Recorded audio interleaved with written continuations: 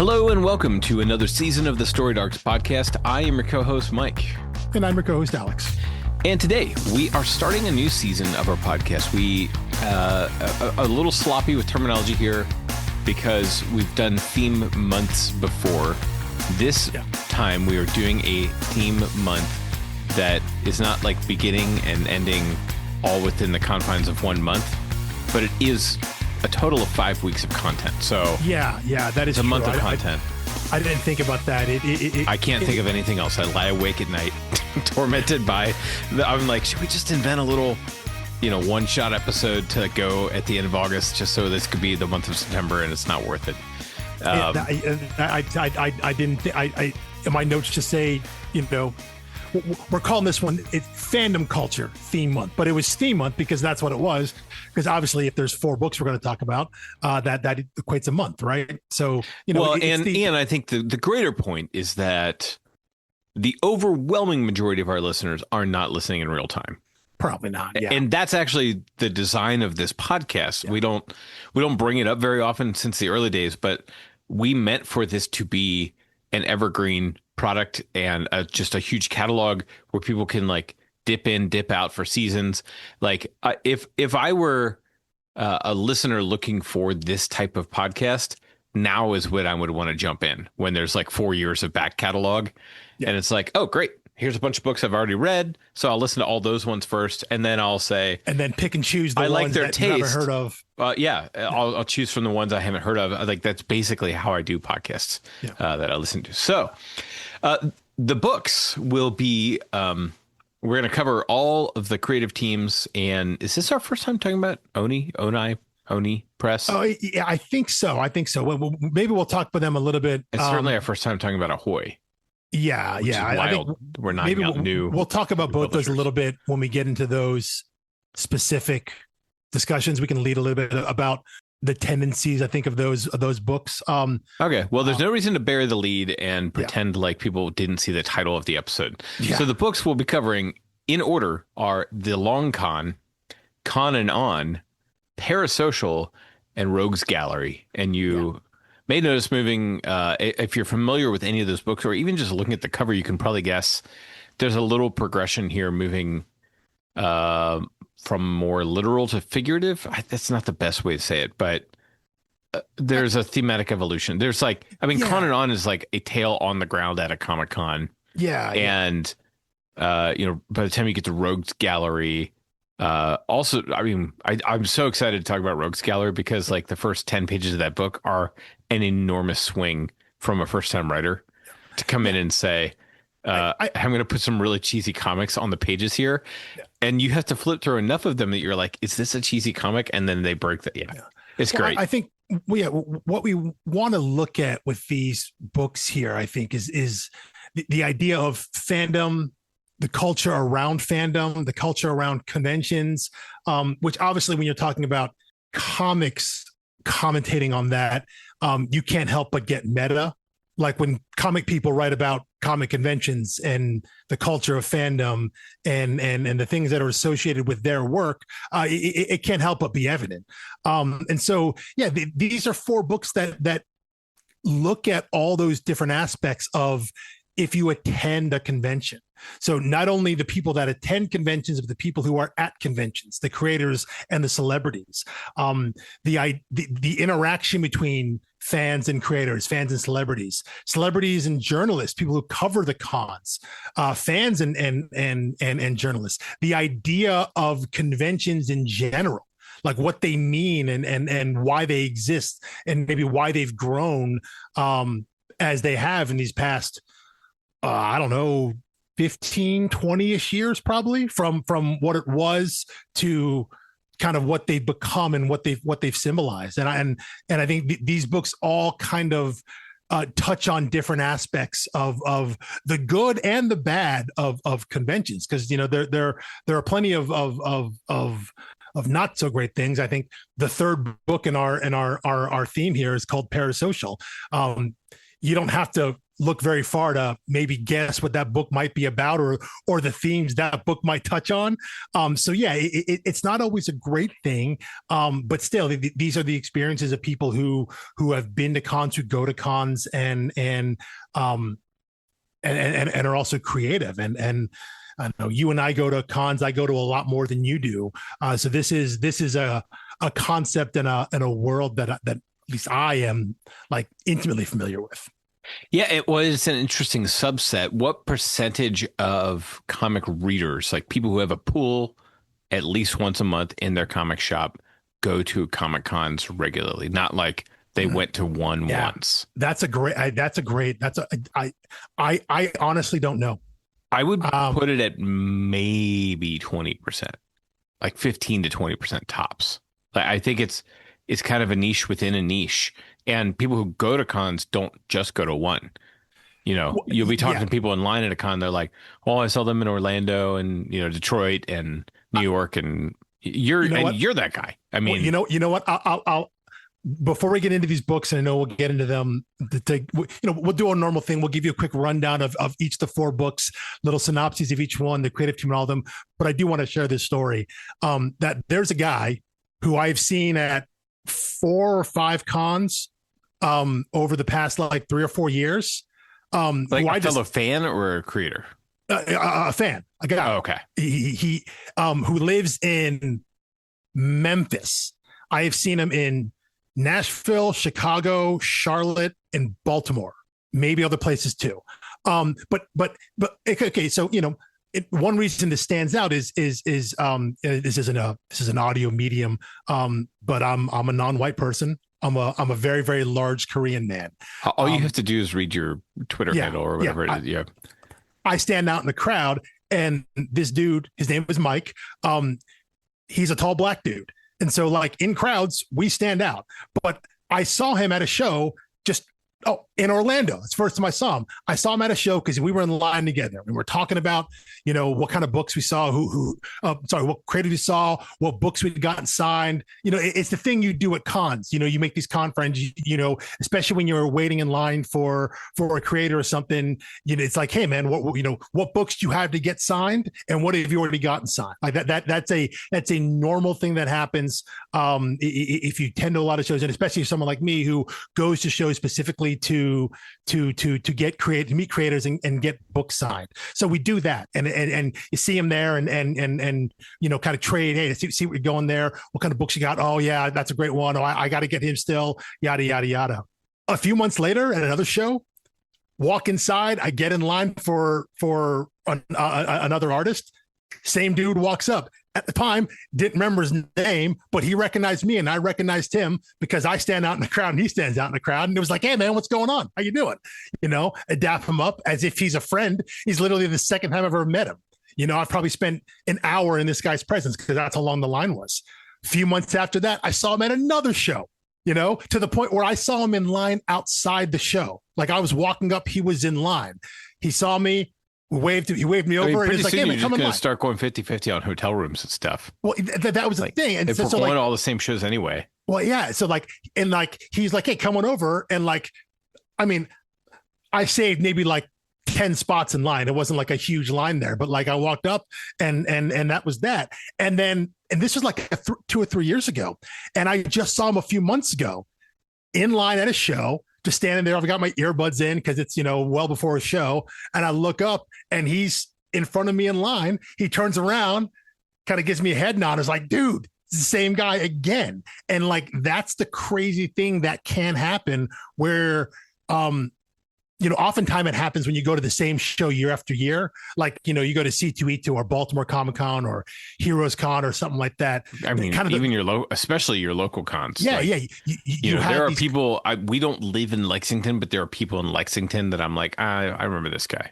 Yeah. You see them all the time, and you have these there's this culture of like con friends, or if you're a cinephile and you go to film festivals, like you go to Toronto or Sundance or New York Film Festival, or you go over to Europe for something like that. There are people that go to these things year after year, and you have these, you create this this weird community that's built around the con that actually has nothing to do with the con, but obviously it wouldn't exist without the con, you know? Oh, absolutely. I mean, that's yeah, what they're marketing in. But that's part of the thing that was like, that happens outside of the con. Like when you go to a show, there's nothing that makes you just like hang around and talk to the person next to you. Like there's nothing forcing you to interact with anyone. And so that's just kind of a natural occurrence. Comic cons, film festivals, things like that, any sort of gathering of fans. And I think specifically with the idea of interacting with either creators of media or the media themselves, like it's just an automatic kind of incubator for that sort of interaction, which is something that I find like, I think it's awesome. That's half the appeal. Yeah, exactly. And I mean, the one that I'm looking forward to is Cape and CowCon in Oakland, which is literally free, hosted at a brewery. Yeah. I'm actually still trying to read the vibe of it because all of their stuff is like, yeah, Portside Pizza's coming out to hang out with us. You come hang with us. And I'm like, but he is going to have like a table. Like if I bring him comics, it's not going to be weird, like me interrupting him having a beer and he just wants to socialize.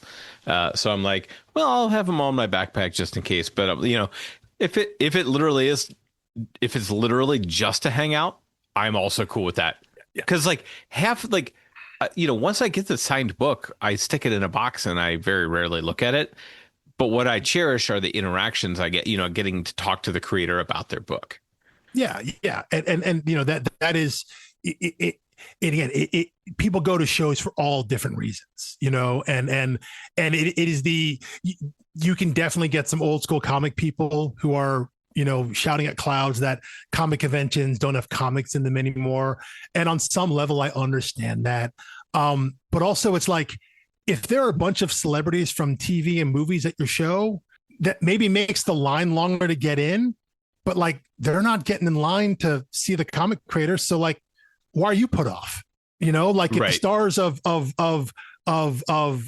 Star Wars or Game of Thrones are at a show, they're going to be waiting they're not going to be in your line. All right. Maybe it makes the line of the bathroom longer or the line of the concession stand longer, but like that's not going to impact your convention going experience if you're going for something else. If you're going for comics, you're going for it actually gives me a huge relief when we are pretty far back on the line, but everyone ahead of us is like cosplaying. I'm like, not mutually exclusive, but most part cosplayers are not there to like go line up and get signatures from creators. And most of the people that are who are going to meet comic creators, it's pretty obvious because they usually have some very large bag or box or something with them that has comics in it. So you can look around and be like, suitcase. Yeah, exactly. Yeah. And so I understand, not understand. I can recognize where that complaint comes from, but also I'm like, man, grow up, dude. Like this is a chance for people to meet creators where they are.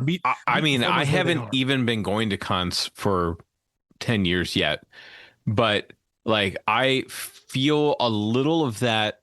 I like not when I'm there, but when I'm deciding whether to buy the ticket or not, and I'm like looking at the creator list, and I'm like, you have an amazing lineup of Hollywood celebrities, none of whom I care to stand in line and pay $100 for a photo of. And you've got like 6 creators, 5 of whom I've met before. Yeah.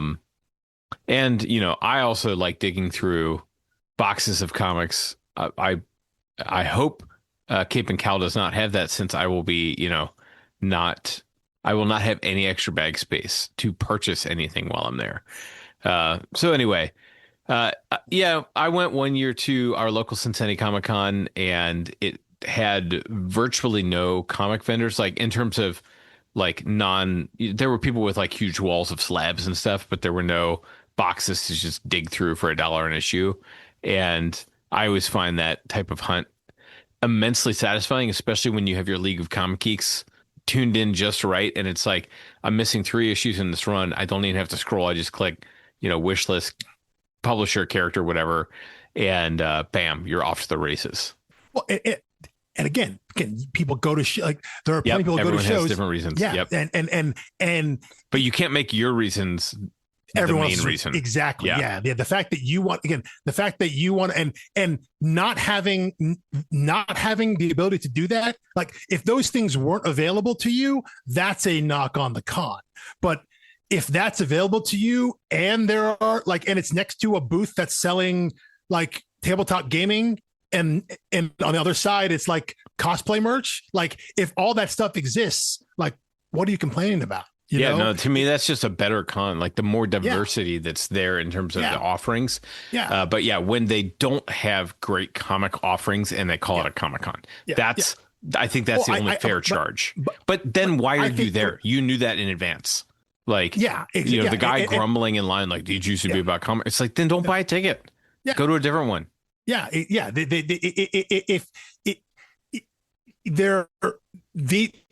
The term comic con, it really is kind of an outdated term because it really is just about fandom, but like the Venn diagrams of so many overlaps though, right? A lot of comic people play tabletop games. A lot of people who read comics also buy toys and statues. A lot of people who collect comics also collect other things. Like, I don't know. Or at the very least pops, are susceptible to being pulled into those type of things and discovering the interest at the con. Exactly. And so like people don't complain when that stuff is there because it's quote unquote comic adjacent. It's like, so and so these are kind of all the things that cons bring out of people. They bring out of us. And I think these stories are gonna, they're gonna look at all those facets again, not just the idea of what a con is, but the actual experiences, the people that attend, the people that are guests there, whether they're creators or celebrities or something like that. It's going to look at it's going to have kind of a full view of the idea of a convention and a fandom gathering. And I'm looking forward to getting into these because again, as someone who goes to a lot of cons and has seen all different levels of like your small regional show, your medium regional show, like your big giant, kind of quote unquote national show. I think I've actually been to a smaller show than you have. Because a couple of years ago, there was the Highland Heights Comic-Con. Oh, no, I've been to some of those. Yeah, no. I've been there were 50 people total.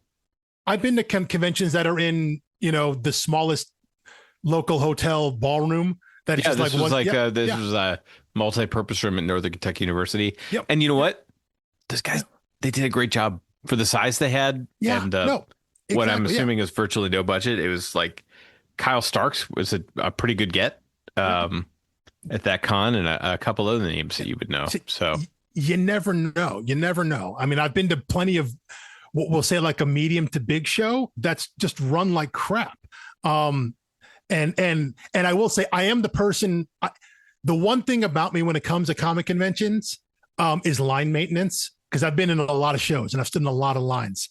And if you don't have line maintenance down, I will be the guy that's just like, hey man, like, go to Lowe's and buy some painter's tape that's brightly colored, and like I'll help you put some lines. I've done this enough times here, so that is my one old man complaint is if you aren't aware of how to maintain a line at your show, which is a logistical thing, right? That's not a creative thing. That's not right. It's and once you're in, it doesn't affect you for the rest of the show. But no, because there's also line maintenance at tables too. Oh, sure. Yeah. So standing in lines, big deal for me because I go to shows to stand in lines. It's a lot of hurry up and wait. But I know this going into it, right? Like if I've got 75 comic books with me and I'm going to try to get them all signed at a show, I know I'm going to spend all day on my feet, standing in lines, waiting, and I'm totally fine with that. But if the line maintenance doesn't make any sense, I'm gonna say something about it. So, but outside of that, I try to be very genial, very nice, and understanding, and especially the folks that volunteer and work at shows and the people who are at the booths with various creators, like, just like don't be a dick because you see it all the time, and it's like I try not to be a dick to them, but it's just like, hey, can we like fix this line here? Because like it doesn't hurt anybody if we just take like 2 minutes and get this line to make more sense. Then anyone who joins the line will know what's going on and they're asking a bunch of questions. But that's my one pet peeve about cons. But I'm pretty certain there's not a lot about line maintenance in these books. But if there is, Well, Oh boy, if there is, it's going to be open season. But I'm going deep on it. I think the sweet thing about cons right now is that both of us are in our early 40s, and sure, we'll say early. basically everything is aimed at us now. Well, Like, yeah. I mean, there's like some like kid, maybe, teeny bop type stuff, but like every nostalgia play is for our childhoods. Oh yeah. Because it's like we're the dad age now. It's been that way for a long time now. But yeah, it is. And I'm a as I said, balls out to anybody. But yeah. I mean, it is it. There's always the booth at a medium size, a big size con, like the mystery box booth. Oh yeah. That it's got like stacks and stacks of stuff there. And I remember a few years ago, I went up to one, and it was I saw Transformers and a GI Joe on the box. And you never know, because like sometimes you see Marvel on the box. I was with you. You might have been, and I asked the lady. I was like, the Transformers. It was a Transformers that was specific. I was like, what is it? It looks like old school, and she was like, oh yeah, it's all Gen 1 stuff. And I was like, sold. Like the fact that she said the magic words. She said, Generation 1. I was like, okay, sold. I did not peg you as someone to like. You usually don't buy a lot of stuff at cons. No. You go to enough cons. Prints, you got enough stuff. I buy prints. Yeah. Even prints, you're pretty conservative about buying a print, but you did buy your first piece of original art. I did. Yeah. Only because you're alma mater. But anyway, we have not touched any of these books yet. We got a ton of creators to get through. We should get into the books here. Yeah. So yeah, as we mentioned, we'll discuss these in the order we're going to be talking about them. So the first book up from Oni Press is our first Oni Press book, which we'll get into a little more next week when we start our discussion. The book is The Long Con. This is actually, it's a 10-issue series. It's broken up into 2 volumes, but I think Mike and I are going to cover all 10 in 1 week and look at the story as a whole. We probably could break it up because it was broken up in those volumes, volumes 1 through 5 and issues 1 through 5 in volume 1, 6 through 10 in volume 2. But I think we're going to look at that all together. This book came out July 2018 to July 2019, which I think is an important inflection point in that I do think cons, and maybe this isn't a hot take or a big revelation, but like conventions changed post 2020. There was a change in how cons were run. I think there was a change in the attitude of the people that went and the people that attended. So the fact that this book was written and conceived in a pre-COVID era makes sense that we're going to start with this. We got a handful. I mean, it's like reading a book about air travel before 9/11, right? It kind of is. Yeah. It's like, where's TSA in this airport? They totally messed. The artist totally missed on this one. It's like, it didn't used to be. It used to be like going to a Greyhound station. Yeah, you walk up and buy a ticket and go. You're good. Right, same day. Yeah, exactly. So The Long Con has a pair of co-writers, Dylan Meconis and Ben Coleman. Artist is E.A. Denich, sometimes credited as Emily Denich, but I think E.A. Denich is such as credited. We have a colorist. The main colorist for the first 6 issues is M. Victoria Roboto.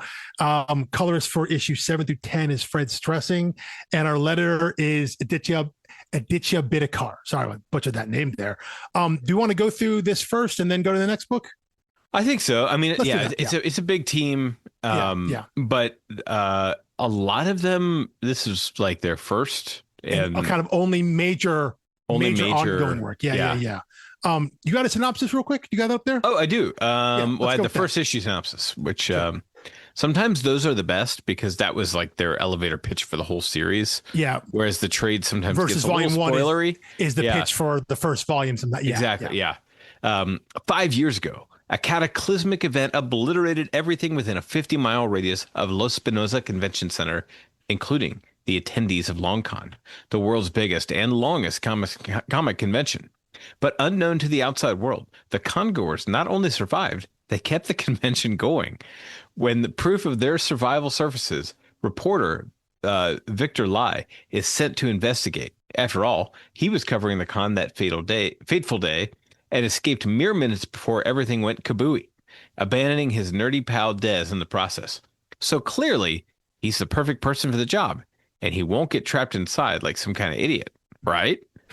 I mean, I think it's a really good synopsis because you get the tone of the book in addition to like, here's the setup, here's the pitch, and like you're not feeling real like very real worldy with this pitch. Yes, I think you understand that it's a not sci-fi or fan, but yeah, it is. There's it's cartoony. Yeah, there's a genre bent to it. But obviously, you can say like this book is going to riff on the idea of convention culture, but the idea that if the people at this show have continued the show on, the convention has become society, right? Right. And so, like, instead of the con being a microcosm of society, it becomes society. And so, I think that's really fun. And you're right. There's a lightheartedness to it, the way that's described. That's described. So you know that it may not be. I don't think I've ever read Kabooey in a synopsis of anything, show, movie. That's a rare one. That's a rare one. Yeah. Great word. So yeah. I think that's a fun one to start out with. And again, the fact that it's pre-2020, I think makes a big difference. But as you mentioned, I think the puzzling thing about the creative team, though, is that, it got a full 10 issue run at Oni and, has like minimal, but I think solid fan reviews. And none of this creative team has gotten huge in the last 8 years. I don't know. I mean, so we'll go through them real quick here. So I mentioned co-writers, Dylan Meconis and Ben Coleman. Dylan Meconis, this is her only major ongoing comic work. She's a cartoonist, writer, artist. She has some OGNs out. One called Bite Me, one called Queen of the Sea, one called Family Man. She's also contributed to a handful of like comic anthologies, like Bitch Planet Triple Feature, which is the Kelly Sue DeConnick written book over at Image. This comic anthology called Flight, which is all about flying. She contributed to relatively a little more relevant now, a book called The Odyssey of Sergeant Jack Brennan, which is a retelling of the Odyssey for a U.S. Marine in Afghanistan. She contributed to that. She actually got an Eisner nomination for her best digital comic for a book or a comic called Outfoxed. So she's done some stuff out there, but again, yeah, this is her only major kind of ongoing work, which is even more true for the co-writer Ben Coleman, who actually isn't even a comic writer. He's a freelance writer and reporter. He writes about culture and food and film and stuff like that. He actually a couple of years ago wrote a great column for The Beat, which is a comic journal website, about the hot dogs at San Diego Comic-Con. Which I guess have this like cult following, kind of like the Costco hot dog. I don't know. There have been a San Diego. I guarantee there's one major difference between the Costco hot dog and the San Diego Comic-Con hot dog. Probably costs a lot more. Yeah. But yeah, so Ben Coleman is someone who has covered things like Comic Cons from a reporter point of view, which is maybe why this book has kind of two characters. You have a someone in the industry and someone who covers the industry. Kind of makes sense that would be your into the long con there. So, but it is fascinating that you have people like for both our co-writers and E.A. Denich, our artist here. This is really their only major work. E.A. Denich has some stuff that's published, a book called Yes Roya with Spike Trotman, but she's been really doing last couple of years doing a lot of stuff on webtoons. She has a book with two writers, Colleen Coover and Paul Tobin. I'm not going to call anybody out, but Colleen Coover sounds like it might be an alias, might be a pen name. Not quite certain there. But the book is called Heart Acres. Acres being ACRES, which is a pretty silly pun, but I'm guessing that makes sense to the story there. But that's an ongoing webtoon comic over at Webtoon. I believe I said ongoing. I'm pretty sure it is currently still ongoing. So that's kind of where E.A. Denich is working right now. As for our two colorists, I mentioned that the original series colorist is M. Victoria Roboto. Again, does a lot of stuff at Webtoons, her own stuff, writer, artist stuff. A book called #Blessed, another book called Springerette, and Never Not Done. She has some other mainstream comic work, I guess. She was a colorist for Gem and the Holograms back in the mid 2010s.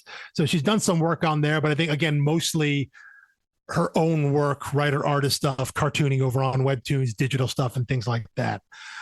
Fred Stressing, you came in as colorist at issue 7, has done some other work at Oni Press, so it's probably why he was in the pipeline if they needed a colorist to step in, doing a lot of licensed work like Invader Zim, Rick and Morty, bunch of those books there. Also had colored some books over at Boom, Munchkin, Rocco's Modern Life. So weirdly a lot of licensed stuff there. But someone who has worked in the industry at some of the more independent publishers. I don't think a lot of, or at any kind of Marvel and DC stuff. But our letterer is Aditya Bidkar, who we just talked about for Homesick Pilots a few seasons back. Aditya has blown up the past couple of years because he is the main letterer for Tiny Onion and all the books that James Tynan and his friends do at their various publishers they have deals with. And he also is currently writing his first comic, which I think just wrapped, called In Your Skin, which just wrapped up or is in the process of wrapping up. It's like a 4 or 5 issue miniseries. So in the last handful of years, he's done a hell of a lot more work now. But yeah, that's our team here of mostly first timers, or at least first time for major publishing, which I do think is really interesting to think about. Yeah. And then yeah. All right. I was gonna go on an unnecessary tangent, and we already did that. So that we did that part of the episode. We did, yeah. Shall we move on to Con and On? We'll go to Con and On, yeah. Which again, I think you're right. Con and On is our first book from Ahoy. So another publisher that we're hitting for the first time. I think I only pull Ahoy when it's Mark Russell. I mean, that's my only, and not never. And I only know about Ahoy because of Mark Russell. Exactly. So that's what I meant to say. Yeah, maybe we'll go into that a little bit when we talk about this book in Ahoy Comics a little bit a couple weeks from now when we dive in here. But Con and On is a 5-issue series. Came out from July to November in 2023. It's collected in one trade paperback. We have writer Paul Cornell, artist Marika Cresta, colors Paul Little, and letterer Rob Steen. You got the synopsis pulled up? I do. Yes. Yeah. Again, first issue synopsis. So apologies if it's different than the trade. But if you're holding the trade, why are you listening to me read the synopsis? Okay. So it's popular writer Paul Cornell, Doctor Who, and artist Marika Cresta. Well, but they follow an ensemble cast of media pros and fans down through the decades of America's most colossal comic book convention. Meet Eddie and Deja, aspiring comic talents whose ambitions threaten to tear their friendship apart. Anthony, Don, and Finn, brilliant, boozy, bombastic British creators, and all the crusty editors, forgotten TV stars, and enthusiastic fans who make the convention experience memorable year after year. What a run-on sentence.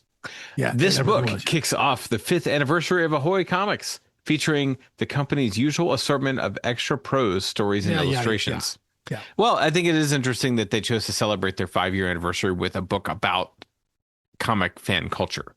Yeah, that is true. That is true. So I did include that because I'm like, I think that's noteworthy. Yeah. That and the ramble about the creative team leads is the same sentence as the first sentence setting up the thing. Yeah, so it's just it's a clunky synopsis. I love the art of a fine synopsis. That one was C-. And I think we'll talk when we talk about Ahoy, when we talk about this book here, that bit at the end about like back matter material. Ahoy is big on that and putting either a short story or any kind of back end material, either from the creative team or just from people at Ahoy or other creators. They do that a lot. And so I think we'll definitely touch on that and kind of that mindset that Ahoy goes into with their books. But yeah, I mentioned writer Paul Cornell. Paul is probably the person that has, of all the books we've talked about, except maybe Erica Henderson later, but as a writer, has done the most kind of mainstream work, especially in the late aughts to mid-teens, 2010s-ish. Did a lot of work at Marvel and DC.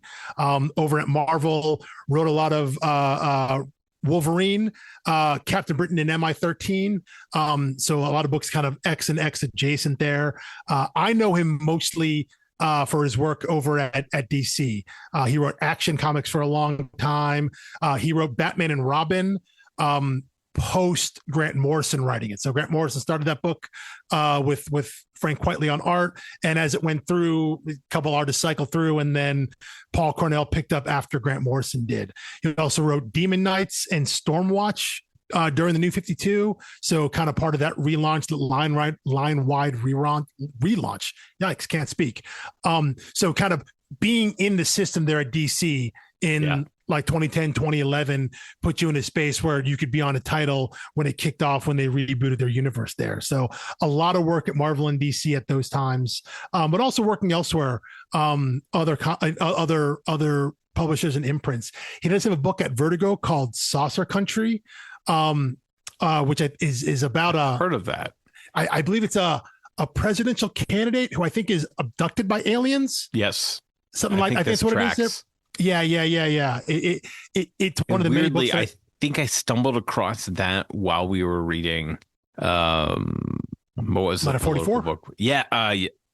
Was Letter 44? Yeah, it had to be Letter 44. Probably was. Yeah. It was like politics and aliens. Yeah, in space and things like that. Yeah. I think that book probably is one of the many that got optioned at some point for an adaptation that never went anywhere. But it's an interesting premise of a book.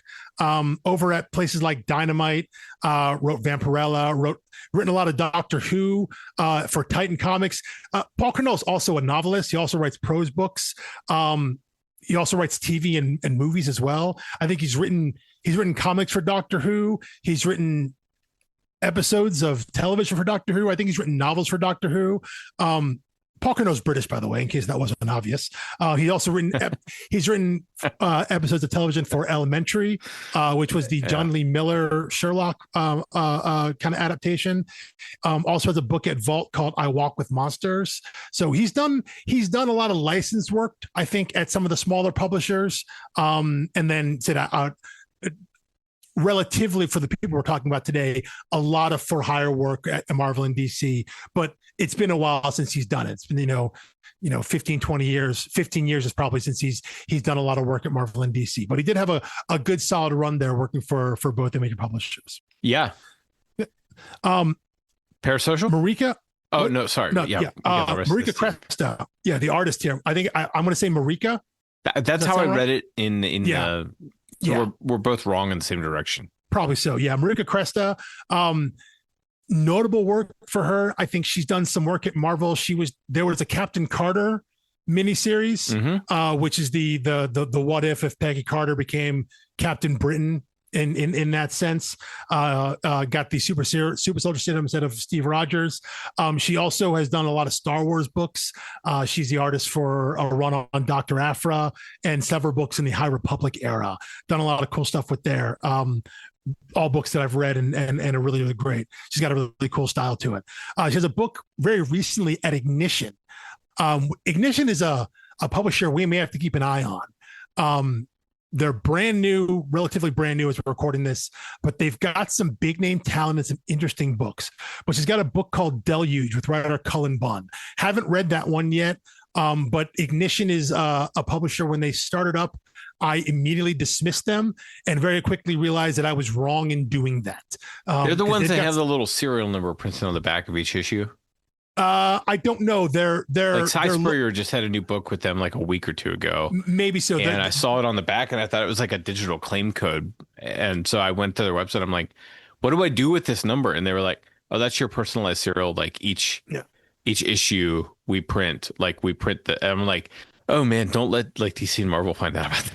Because like I suspect it would take a little extra like logistics of work to do that, but also like if your book ever became collectible, to say like rather than first print, second print, like this is the 2000th copy of this, maybe so, of a 10,000 print run or something. Yeah. But who knows? But they've started out their Ignitions, their strategy has been pretty smart, and said I was wrong to dismiss them.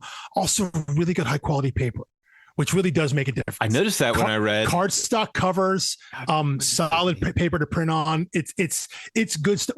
We got to keep an eye on them. And I would imagine in the next year or so, we might do an Ignition book.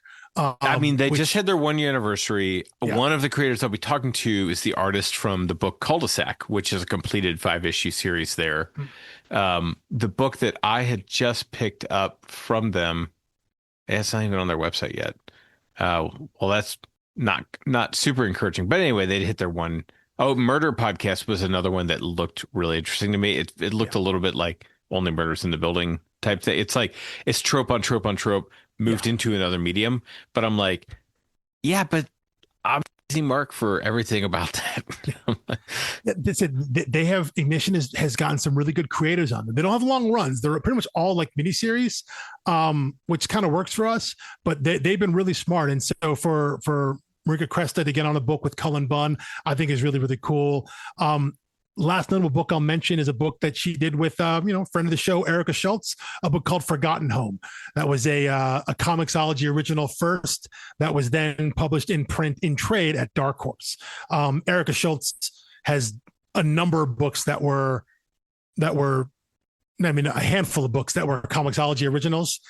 That were digital first issues that were then printed in trade at Dark Horse. And so Marika Cresta did a book with and her. Correct me if I'm wrong, most of the people I'm thinking of that did Comixology originals was before Amazon owned Comixology outright. Oh yes.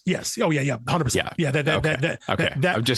Like in case people didn't know, it used to be a different company. I'm fairly certain that Comixology originals, maybe around that went program away, or initiative is gone now. Yeah. And by the way, like Scott Snyder did that. Is Minotaur by Minotaur. Cy Spurrier and Michael Dowling. Yeah. And that was July 15th of 2026. So Ignition, and that was one, did not plan on buying it, just went into the store. I was like, oh, Cy Spurrier. I love Cy Spurrier. And I was like, Ignition Press. And I just had a bad experience with, I had a bad experience with, what's the other small publisher, Ordained. Bad idea. Yeah. So I was like, I don't know what Ignition is. I don't know if the rest of these issues are going to come out, but this issue looks cool, so I'll buy it. Michael Dowling, the artist of Unfollow, which we did for social media theme month. Well, I knew both creators, which I was kind of a big deal for a publisher I've never heard of. Well, that's what I'm saying. Ignition has a lot of big name talent. They have, their books have named people, which is, that's a good thing to help get a publisher off the ground. And I think they've been real smart with their initiative going forward in about a year or so. So like I said, in a year or so, we might do an Ignition book. We can circle back around to that. But back to Con and On. Our colorist is Paul Little, who has done a handful of stuff over at Marvel and at Boom. He was a colorist on Morning Glories for the back half of the run. Does that count as a Morning Glories drinking game? If we talk about someone who worked on the book? Okay. I mean, you're turning it into the Kevin Bacon game, but it actually, but normally it comes up when we talk about themes on a book and relates to the book. This is actually someone who worked on the book, or a book that didn't get an ending, unjustly, or that you felt really committed to and just disappeared, or whatever. But also, there were so many variants and stuff for that book that I think we could probably play 7 Degrees of Separation and attach it to every book we've covered on the podcast. Probably so. But I'm saying this is a case where I couldn't avoid talking about it because the guy worked on the book, as opposed to us bringing it up like extemporaneously. But he was a colorist there, also colored a book called 5 Weapons with Jimmy Robinson as a writer artist over at Boom. Another book called The Big Con Job, which we maybe could have considered for this, which I think is a heist story at a con, and it's a Sons of Anarchy book, obviously from the FX series there. Then the final member of this team is Rob Steen, who's our letterer, done a lot of stuff at publishers like Dynamite, Titan, Ahoy, and a ton of licensed books. So I think it's someone that is kind of maybe their in-house letterer at Ahoy and other places. He's done a little Marvel work and a little DC Vertigo work, but it definitely seems like some of these smaller publishers is kind of where he makes his bones as a letterer. So it's probably nice to have someone like that in your stable that you can bring in for whatever book you have. I said at a place like Titan or Ahoy or Dynamite like that. So that's Con and On. That's going to be week 2. Yeah. And then we're on to Parasocial, a little different from the rest in OGN. It is, an OGN, which came out in October 2023. Writer Alex Campi and artist Eric Henderson. I believe We've covered Erica. We have covered, but I think she was. I wasn't certain on who lettered the book, but Alex Campi, along with being a writer and a music video director, she also letters some of her other books. Yeah, exactly. She also letters other people's books. So it's possible. I have to go back and check because it wasn't listed. I think she may have lettered this book as well because I don't know if Erica Henderson does her own lettering, but she does do her own pencils and colors and things like that. But I mentioned Alex Campi. Well, actually, let's do a synopsis first. We've been doing that. Synopsis. So, yeah. In the middle of the pandemic, a fading genre TV actor, fresh from his long-running series cancellation, collides with an obsessive fan at a Texas convention. When she lures him to her home, he'll have to put on the greatest performance of his life simply to survive until morning. Unless, of course, he's the real monster. ... Yes. Mini spoiler for this book. It's Misery. If you know Misery, you have a sense of what this book's going to be about. It's got a genre twist. It's got a convention fandom twist to it. But it's a modern kind of updated remake or take, not remake. It's a modern take on the idea of the Stephen King book. And I think it's a really, really cool book. It is an OGN, like you said. So it is in terms of story pacing, I guess, right? It doesn't have breaks every 22 or 30 pages or whatnot. It's just a full story, which I think is the size that you sit down and read in one sitting, which I realize could be anything for you, but yes. But even someone like me, it was coming out at a time. This is when, this is kind of right after or around the time when Brubaker and Phillips were moving into the graphic novels, OGNs only. A lot of creators were kind of finding that space and realizing there was room for that in the market. And Alex Campi is someone who has a lot of experience writing both OGNs and single issue. As I mentioned, aside from being a comic writer and a comic letterer, she writes prose books. She's a music video director. She's done a lot of stuff like that. Written a lot for 2000 AD and Judge Dredd, like pretty much anyone who I guess is in the comic industry from the UK. It's like has to be on your resume that you did Judge Dredd and 20,000 AD. Over at Dark Horse, she did Archie versus Predator. I think she did both volumes of Archie versus Predator, which is a rad book. I know that sounds ridiculous, Archie and Predator, but those two series are super, super fun. She also wrote an OGN there called Reversal. At IDW, she had a book called Smoke. Image is where I've written most of her stuff. And I guess also Panel Syndicate. At Panel Syndicate was an initiative started by artist Marcos Martin and I think Brian K. Vaughan as well, where it was basically digital comics first, but you pay whatever you want. You go and literally pay that.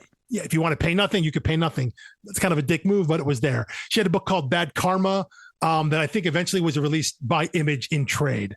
A couple other books. I've got a big, beautiful hardback of Bad Karma. Bad Karma, yeah, it's a pretty cool book. Like not a complete edition because it's volume 2 of it. Yeah, but it was so not Omni, but like a hardcover compendium. I don't know. But anyway, I'm currently reading Scrapper because I'm a sucker for that. Was how books. Yeah. She had a book, an image called No Mercy, Mayday, a book that I want to read that I haven't. I think I have it. It's called Maddie, Once Upon a Time in the Future, which is an OGN. I saw that. I need to read that one there. But a lot of stuff I've read from Alex Campi is really cool. It's really thoughtful. And this book is really kind of incisive on the idea of fans and kind of that obsessive fan and what the celebrities like as well.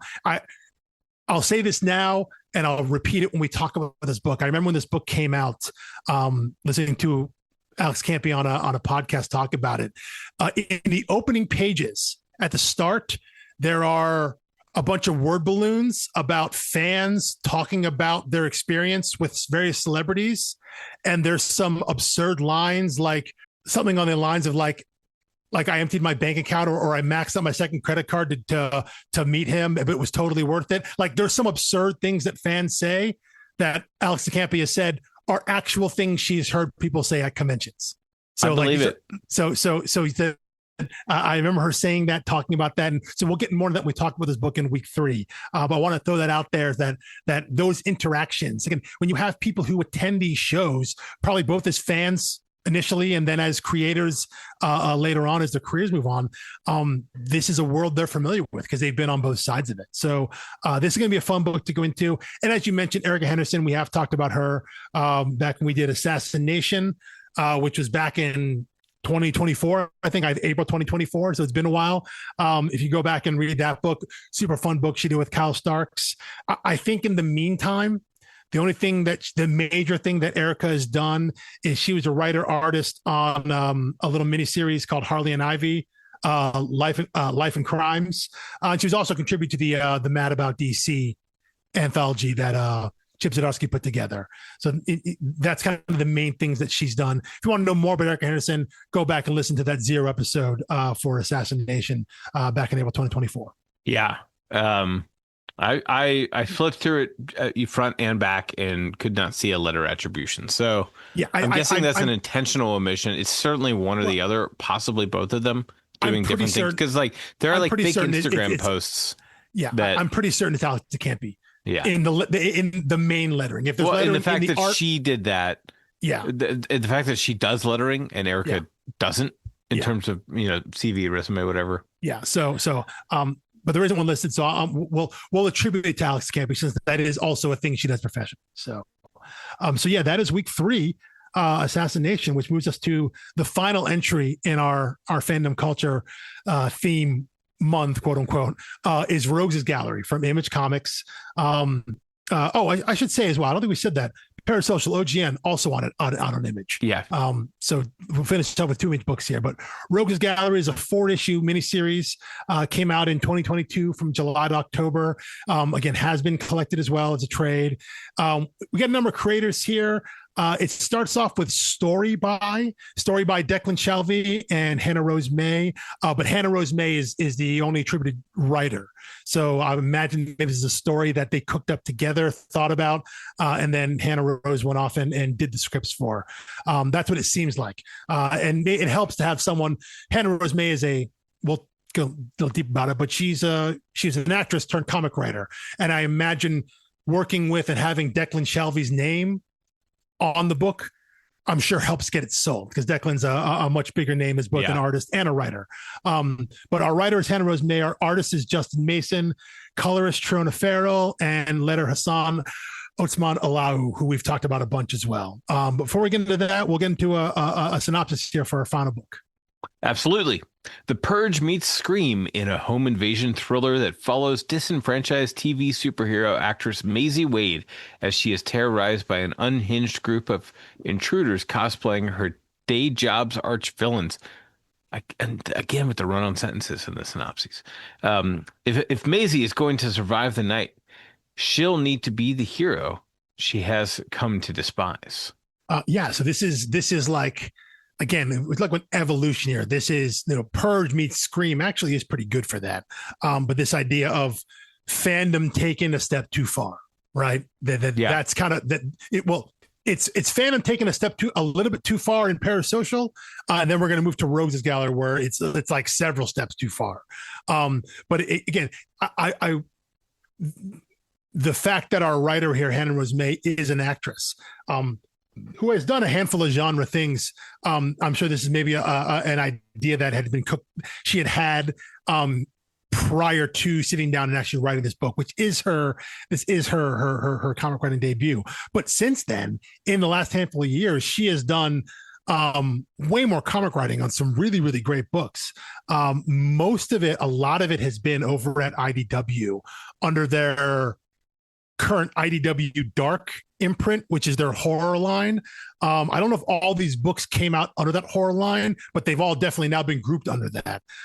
She has 2 kind of companion books, Exorcism at 1600 Penn and Exorcism at Buckingham Palace, which is like alien invasion or alien abduction or alien infestation at the White House and over in the UK. A book you've mentioned a couple of times, Smile for the Camera, which again, most of these are kind of horror books. And as we're talking now, she'll have a book coming out later in this year in 2026 called Fatal Fest, which again is kind of set around like a horror movie film festival kind of thing. So yeah, a lot of the stuff she's been doing there has been horror based. And I think you can make an argument when you read Rogues' Gallery that it's got some horror elements to it. Would you agree? I mean, I think the art has a horror art vibe to it. Masons. Yeah. It does. But there's a horror bent to it. It's psychological and also physical there. But kind of the one non-horror book I want to call out that Hannah Rose has done. She co-wrote a book with Utkarsh Mbudkar, who was an actor, singer, rapper. People probably know from like Pitch Perfect or Free Guy or the sitcom Ghosts. He's a co-writer with her on this book, which is called The Guy in the Chair, which is exactly what you think the book's about. And it's a really fun book. I think it was 4 or 5 issue miniseries. It's the kind of thing that like could have kept going, like another adventure. Kind of wish maybe they did. But that book's over at Dark Horse. It's a lot of fun. The idea of the guy in the chair is one I think people are more familiar with in pop culture. And that book's a lot of fun to go and read. Yeah, I mean, I think the special thing about that phrase is no one ever had to explain it to you. Like the first time you hear the phrase, the guy in the chair, like either you get it or you don't.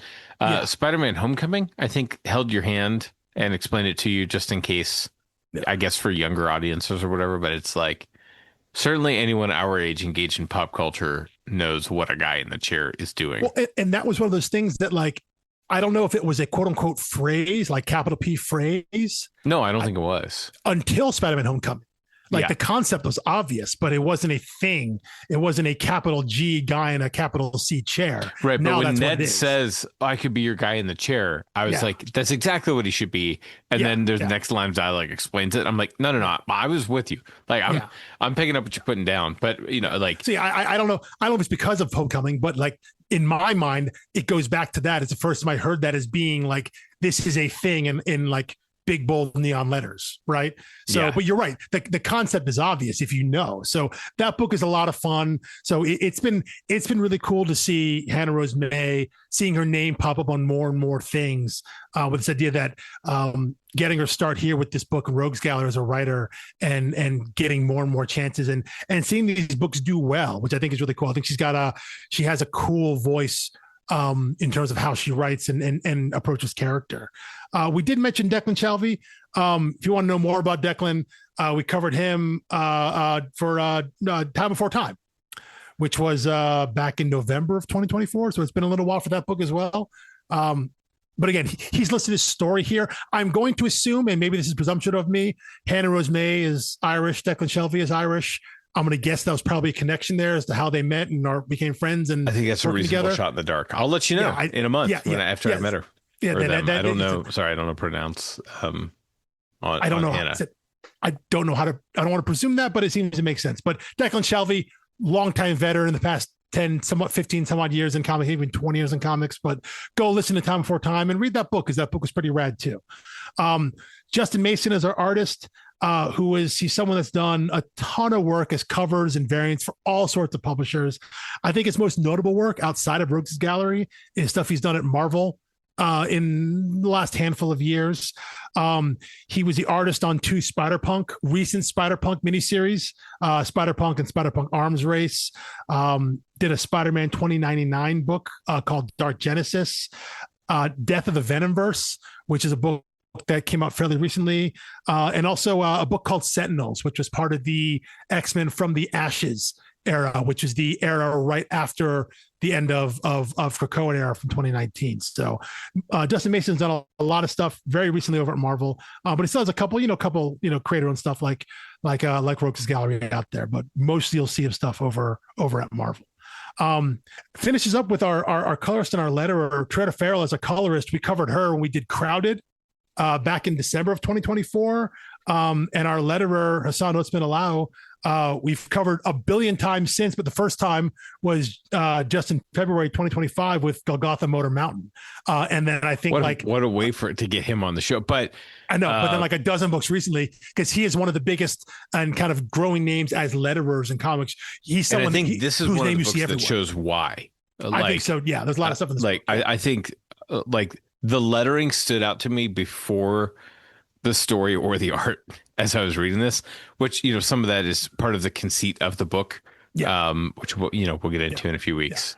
Yeah. But yeah, so that's those are our 4 books there. And like I said, it'll be fun to track individually how these books, what their view is on the idea of fandom and con culture, and then track the progression across all the books and kind of see what their different views are on cons themselves, on the culture of fandom, toxic celebrities, toxic creators, all that kind of thing. What all these different people, different creators have, because I think we have an interesting mix here, right? We have people who are cartoonists on their own, who want independent work.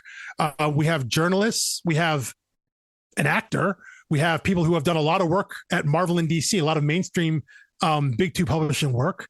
So we have people from kind of all sides of the fandom of the con culture contributing to writing all and creating all these stories, which I think that wasn't an intentional mix, but I think that's just kind of what you get when you write books, you write comics about comic and fan culture. Sure. And this is only our second actor turned writer we've covered. We did this for one of the social media ones. Yes. Alyssa Milano is a co-creator of Hacktivist. Yeah, she wasn't a writer. I was trying to remember the name of it. She wasn't a writer. She was credited as story and creation, much like Declan Shalvey is on checked the record. Gallery. I think I said comic creator, actor turned comic creator. Maybe I said writer. Maybe but yes. But so here we have our actor Hannah Rose May as an actual writer. First time out of the gate for that book, Rogues Gallery, which is very, very surprising and not surprising. That sounds patronizing and demeaning. It is a incredibly solid outing for a first. I don't think I didn't take it that way because I'm just like, it's just a different, like there are so many actors out there who, like Chris Nolan said in an interview recently about the Odyssey, like, oh, Matt Damon should direct, he'd be better than me, blah, blah, blah, blah, blah. And obviously people have been bringing that up to Matt Damon and he's like, if I thought I could direct, I would have directed by now. He's he's like, I've been around enough of it that I know what it is and I don't want it. That which I'm sure which is great perspective, right? Be like, I've seen what it takes to do that, and I don't want that. I don't want that. I'd rather hide in a Trojan horse for 8 hours in freezing water than be the director. But truthfully, like, there are people who can pick up and switch perspectives. They can sit behind the camera, in front of the camera. They can sit down and write a script, whatever. And there are people who are just specialists, and that does not make them lesser by any means. In fact. Like, I think there's something really admirable about the person who's like, I'm not a jack of all trades. I'm really good at this one thing, so I'm going to do it. That I do. So sometimes I am pleasantly surprised when someone turns out to be like a really solid writer. And it's like, wow, didn't know you had that club in the bag. And again, there are also plenty of great writers that struggle with their first time out writing comics specifically. That's true. They get their own way. Yeah, exactly. So it is a different skill set, and it's cool. Or they take bad studio notes, which I'm guessing partnering with Declan maybe got her out of some of that stuff. He said it may have helped. It may have helped, and it is. That has launched her career now.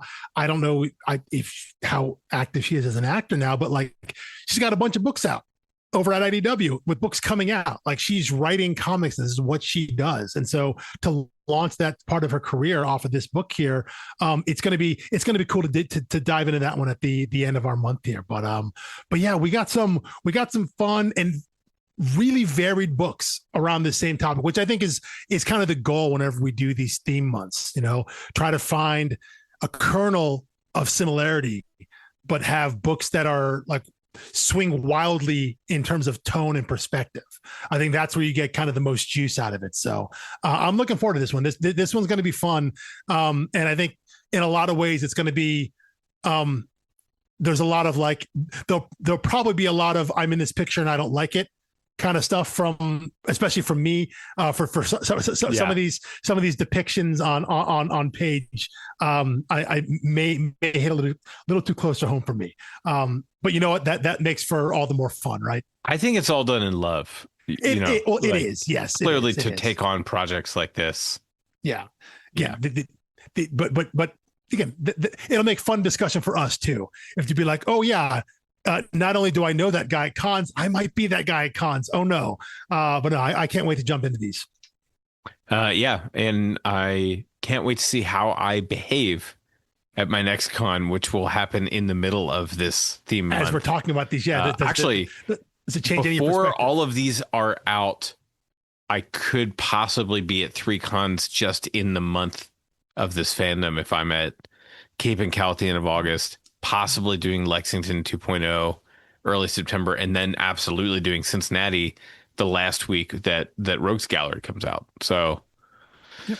whew, A lot of shows, which for I'm you was going a to lot. be in a lot of these pictures, and I'm not going to like a lot of them. Yeah, but that happens though. That happens. But yeah, no, I'm looking forward to this one. I think this one's going to be a lot of fun, and hopefully it doesn't dissuade anyone who is hesitant about going to cons, because in general cons are super fun. They are for the most part. I think the large majority of it are positive. There's good things that come out of cons. You meet good people. You have a lot of fun. Not saying you can't have a negative experience, because I've definitely had that, but I've had way more positive ones. Like I said, my buddy Mike here, that if I go to a show anywhere in the Midwest, I'm thinking there's a good chance I might see him. And so far, more often than not, that's happened.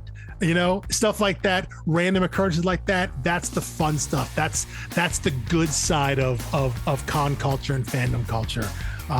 So, well, hopefully we get to celebrate that, and also take a critical eye at some of the more negative sides that you have to acknowledge exist. Yeah, absolutely. All right. Well, thank you for tuning in this week. Grab all of these books in their various forms. Hoopla, library, obviously your local comic shop, brick and mortar store. And we will see you back here next Thursday. In the meantime, you can find us at StoredArcs.com, bsky.app/StoriedArcs. I finally learned it. And it's Instagram.com/StoriedArcs. And we will see you here same time next week. Thanks for listening.